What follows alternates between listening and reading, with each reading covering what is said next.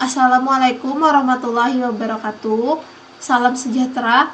Untuk memenuhi tugas akhir dari mata kuliah Arsitektur dan Organisasi Komputer yang diampu oleh Bapak Nurfalah, kami dari kelas IFB2E, saya Egy Marsha Audia dengan NIM 1911049 dan teman saya Kristiawan Aus 1911052. Jurusan Informatika Fakultas Ilmu Komputer Universitas Mulia Balikpapan akan menyampaikan materi yang berjudul Operasi Unit Control. Materi pertama akan dibawakan oleh saya sendiri, langsung saja. Apa itu operasi unit control? Operasi unit control adalah bagian-bagian dari suatu komputer yang berfungsi untuk mengendalikan dan mengatur semua peralatan komputer. Adapun pengertian dari unit control itu sendiri, yaitu adalah sebagai control unit adalah salah satu sebagian dari CPU yang mengatur kapan alat input menerima data, mengolah, dan menampilkan proses serta hasil pengolahan data. Unit control akan menyimpan perintah sekarang yang dilakukan oleh komputer, memerintahkan ALU untuk melaksanakan dan mendapat kembali informasi dari memori yang diperlukan untuk melaksanakan perintah itu dan memindahkan kembali hasil ke lokasi memori yang sesuai. Selanjutnya ada fungsi operasi unit control. Fungsinya itu ada dua. Yang pertama itu pengurutan atau sequencing. Unit control menyebabkan prosesor menuju sejumlah operasi mikro dalam urutan yang benar berdasarkan pada program yang sedang dieksekusi. Nah, yang selanjutnya ada eksekusi atau execution. Unit control menyebabkan setiap operasi mikro atau operasi tingkat rendah yang dapat dilakukan oleh komputer atau CPU sehingga fungsi-fungsi operasi akan dihasilkan untuk memindahkan data antar register dilakukan. Selanjutnya ada tugas-tugas unit control. Yang pertama itu ada mengatur dan mengendalikan alat-alat input dan output. Dan yang kedua ada mengambil instruksi dari memori utama. Yang ketiga mengambil data dari memori utama kalau diperlukan oleh proses. Dan yang keempat mengirim instruksi ke ALU atau Arithmetic Logical Unit bila ada perhitungan aritmatika. Dan yang terakhir atau yang kelima menyimpan hasil proses ke memori utama.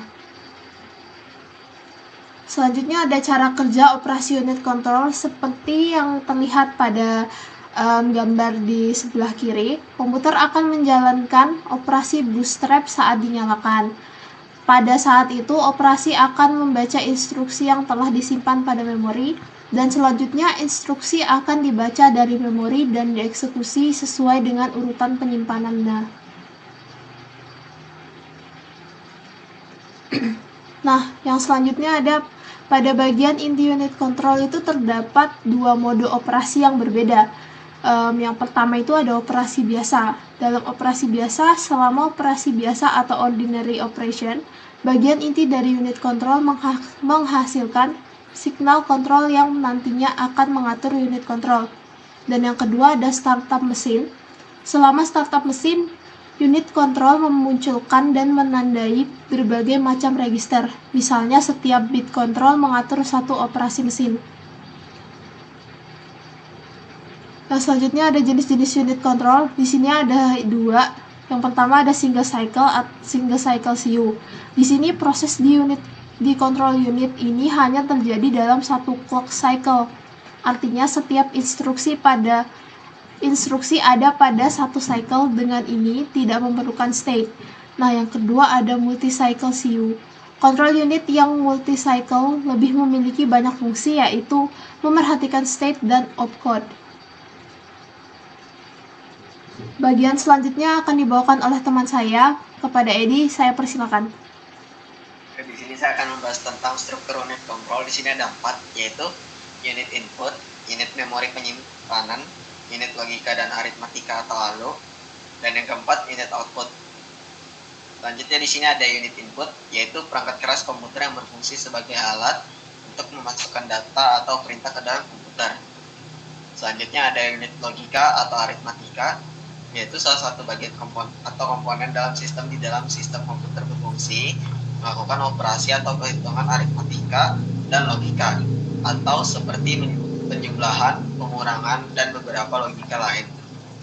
ALU bekerja sama memori, di mana hasil dari perhitungan di dalam ALU disimpan ke dalam memori.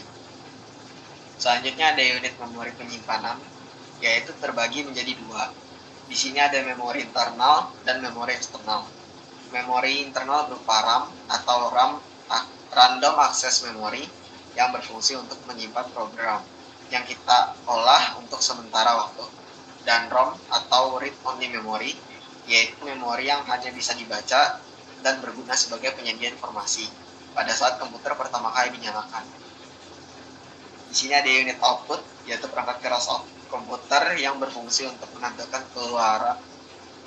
keluaran sebagai hasil pengolahan data. Keluaran dapat berupa hard copy atau kertas, soft copy atau ke monitor, ataupun berupa suara.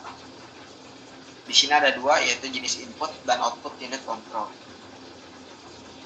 Jenis input unit control yang pertama flag. Flag ini digunakan unit kontrol untuk mengetahui status dari CPU. Clock berfungsi untuk sinkronisasi operasi antar bagian-bagian komputer termasuk juga unit kontrol.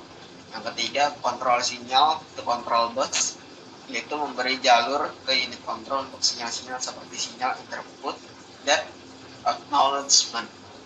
Dan yang keempat, instruction register, yaitu opcode instruksi saat itu digunakan untuk menentukan operasi mikro yang akan dilakukan selama siklus eksekusi.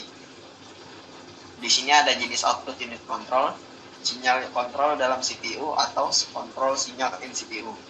Output terdiri dari dua, yaitu sinyal-sinyal yang menyebabkan perpindahan data antar register, dan yang kedua sinyal-sinyal yang dapat mengaktifkan ALU atau Arithmetic Logic Unit yang spesifik. Yang kedua ada jenis output unit control, kontrol sinyal to control bus. Output sinyal ini memiliki dua bagian macam sinyal, yaitu sinyal kontrol bagi memori, dan yang kedua sinyal kontrol bagi modul-modul input atau output. Terima kasih dari presentasi kami. Mohon maaf jika ada salah kata. Sekian dari kami.